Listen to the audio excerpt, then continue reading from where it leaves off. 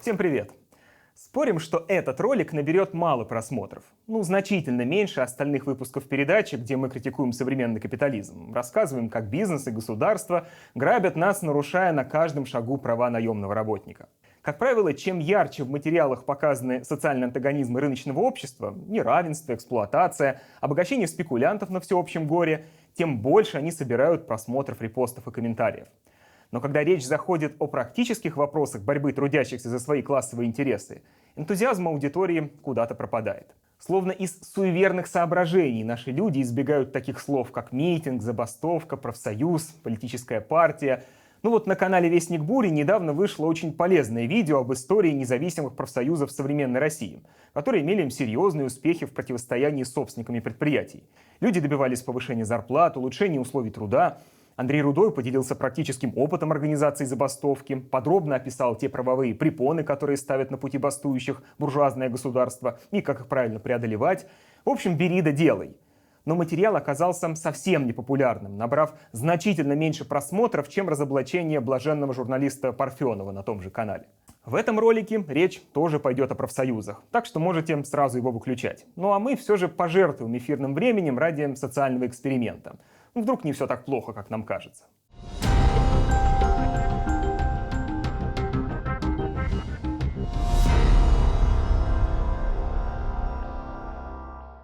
Тема рабочего движения нынче действительно не очень популярна, но на нее стоит обращать внимание. Успехи трудящихся разных стран в организованной и солидарной борьбе за свои права лично для меня являются одним из немногих факторов, позволяющих с оптимизмом смотреть в будущее человечества. Может показаться удивительным, но забастовки в мире происходят ежедневно и продолжаются даже в условиях пандемии. Вот в Чили бастуют работники здравоохранения, требуя нормальных условий труда и достойных зарплат за переработки. Того же хотят польские медсестры, обещая правительству прекратить работу по всей стране. А в Южной Корее готовятся остановить производство рабочие завода Kia в ответ на планы менеджмента провести массовые сокращения персонала. Трудящиеся других стран, для которых чувство собственного достоинства, коллективизм и солидарность не пустой звук, заслуживают восхищения. Особенно на фоне российского общества, где пока господствует равнодушие и патернализм. По-настоящему боевые, независимые объединения работников все еще у нас большая редкость. А официальные шмаковские профсоюзы, входящие в ФНПР, не только не занимаются защитой прав трудящихся, но и нередко открыто встают на сторону работодателей и поддерживают антинародные законы. Однако за потоком вдохновляющих новостей из-за рубежа скрывается истинное положение дел в международном профсоюзном движении, которое явно свидетельствует о его кризисе. Он начался еще несколько десятилетий назад и выражается в том, что численность профсоюзов по всему миру последовательно сокращается. Например, в Великобритании в 1980 году в профсоюзах состоял каждый второй работник, а в 2017 лишь каждый четвертый. Двукратное сокращение членской базы профсоюзов также произошло в Германии, Японии, Соединенных Штатах и многих других странах. Вместе с этим снижалось и количество работников, которые участвуют в заключении коллективных договоров с работодателями. А это один из важнейших признаков эффективности профсоюза. В среднем по странам ОСР за 50 лет этот показатель снизился почти на 20 процентных пунктов. Упала и забастовочная активность, как в странах центра мирового капитализма, так и на периферии. Статистика Международной организации труда дает очень скудные данные, но и по ним видно, как в Канаде, Великобритании, Корее количество забастовок за последние 20 лет сократилось вдвое. В Бразилии значение упало в 3 раза, в Индии в 8, а в Мексике, где в 2000-е ежегодно происходили десятки забастовок, в 2018 году не было зафиксировано ни одного организованного выступления трудящихся. Что происходит? Может, профсоюзы больше не нужны, и эффективные собственники сами, без принуждения, улучшают условия жизни наемных работников? А свойственные капитализму классовые антагонизмы остались далеко в прошлом? Нет, этого не произошло. Наоборот, последние десятилетия социальные противоречия в мире только усиливаются. В странах капиталистического центра рост зарплат во все большей степени отстает от производительности труда. То есть люди работают все эффективнее, но заработок увеличивается несоразмерно. А в некоторых странах реальные доходы трудящихся и вовсе снизились за последние 40 лет. Нетрудно догадаться, что эти средства не растворились в атмосфере.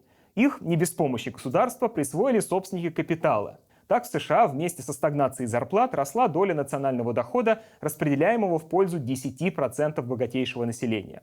Все это происходило на фоне деградации профсоюзного движения.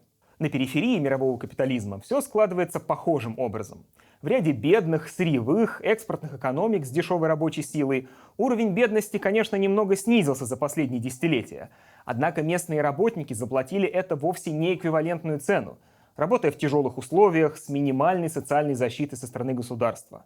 В Китае, Мексике, Индии, ЮАР параллельно с ростом выручки от внешней торговли увеличивалась доля доходов сверхбогатого меньшинства в ВВП.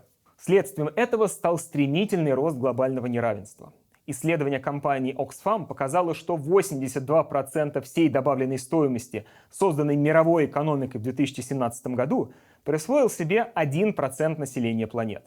Так почему же рост социальных противоречий и даже кризис 2008 года, который лег тяжким бременем на плечи трудящихся во всем мире, не вызвал оживления профсоюзного движения? Причина проста. Традиционные для 20 века институты рабочей самоорганизации во многом утратили свою эффективность. Это произошло в силу ряда обстоятельств. Численность профсоюзов в США достигала пика в 1950-х и затем начала снижаться.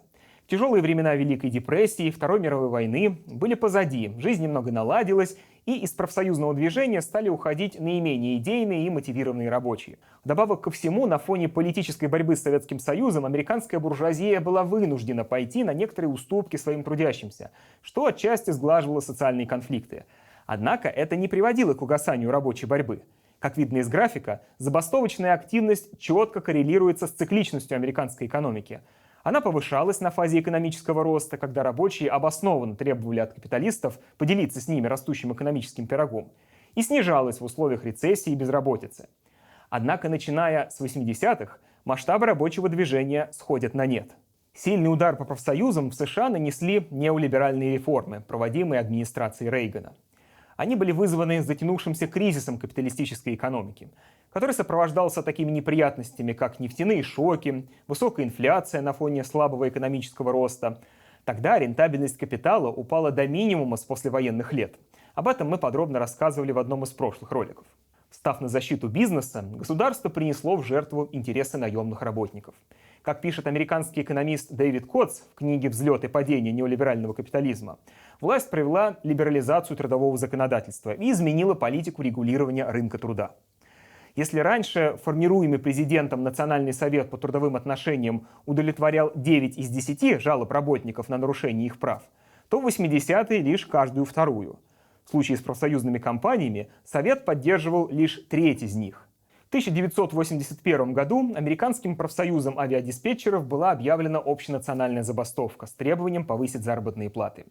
В ответ Рейган обязал Федеральное авиационное агентство уволить 11 тысяч работников, а после подписал указ, запрещающий забастовки среди сотрудников государственных структур. Активность рабочего движения западного мира была подорвана сокращением традиционной среды рабочей самоорганизации – материального производства. В первую очередь это было вызвано его масштабным переносом в регионы с низкой оплатой труда. Как следствие, сокращается количество промышленных рабочих, которые или пополняют ряды безработных, или находят пристанище в бездне бессмысленных профессий, не приносящих общественной пользы. О них мы рассказывали несколько месяцев назад. Кто не видел этот ролик, перейдите по ссылке в правом углу экрана. Получив возможность эксплуатировать дешевую рабочую силу периферийных стран, буржуазия центра обрела веский аргумент в переговорах с работниками. Теперь в ответ на требование профсоюза повысить зарплату или улучшить условия труда, капиталист всегда может вовсе ликвидировать производство и перенести его в Мексику, Бангладеш, Пакистан, Нигерию.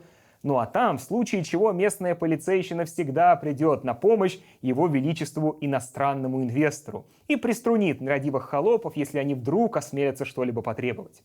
Например, отремонтировать возведенное с нарушением всех строительных норм здание швейной фабрики. Или обеспечить безопасность рабочих шахты. Но эти апелляции никого не волнуют. Сотни тысяч человек погибают от голода в стране, экспортирующей мясо для арабских шейхов. Экологическая катастрофа тоже не проблема. Западноцентричное мышление не заставит мировое сообщество долго горевать о гибели сотен полурабов в бедных странах. Это вам не Жесвы, Шарли. Короче говоря, профсоюзы находятся в кризисе. В странах золотого миллиарда состоять в движении становится неэффективно, а в бедных регионах просто опасно для жизни. Но все это не отменяет ни социальных антагонизмов, ни объективной потребности бороться за свои классовые интересы. Просто теперь это нужно делать иначе. Умирает не рабочее движение, а профсоюзы старого типа. Они сложились в 20 веке под большим влиянием Октябрьской революции, триумф которой заставил правящий класс капиталистических стран идти на уступки трудящимся. После того, как эта угроза была устранена, прежние формы борьбы во многом потеряли эффективность. Ответом со стороны трудящихся всех стран должна стать международная солидарность. Именно в 21 веке этот старинный коммунистический лозунг приобретает свое истинное значение. Теперь, если мы хотим лучшей жизни, нам действительно должно быть дело до борьбы рабочих Индии, Нигерии, Бразилии и Канады. Мы обязаны оказывать им поддержку и, когда потребуется, ждать помощи от них. Собственник завода не сможет отделаться от назойливых рабочих, перенеся производство в другую страну, поскольку там его встретит такое же сопротивление. А у полиции не получится легко разогнать забастовку, если поддержку ей оказывают люди со всех уголков планеты. Международная кампания солидарности рабочих Англии и Америки с Советской Россией в годы Гражданской войны внесли большой материальный, организационный, информационный вклад в победу революции. Сегодня этих инструментов в наших руках становится все больше, и главное – осознать важность их применения. Ведь, как справедливо заметил советский академик Алексей Ухтомский, все действительно ценное в этом мире зарабатывается трудом и болением сердца.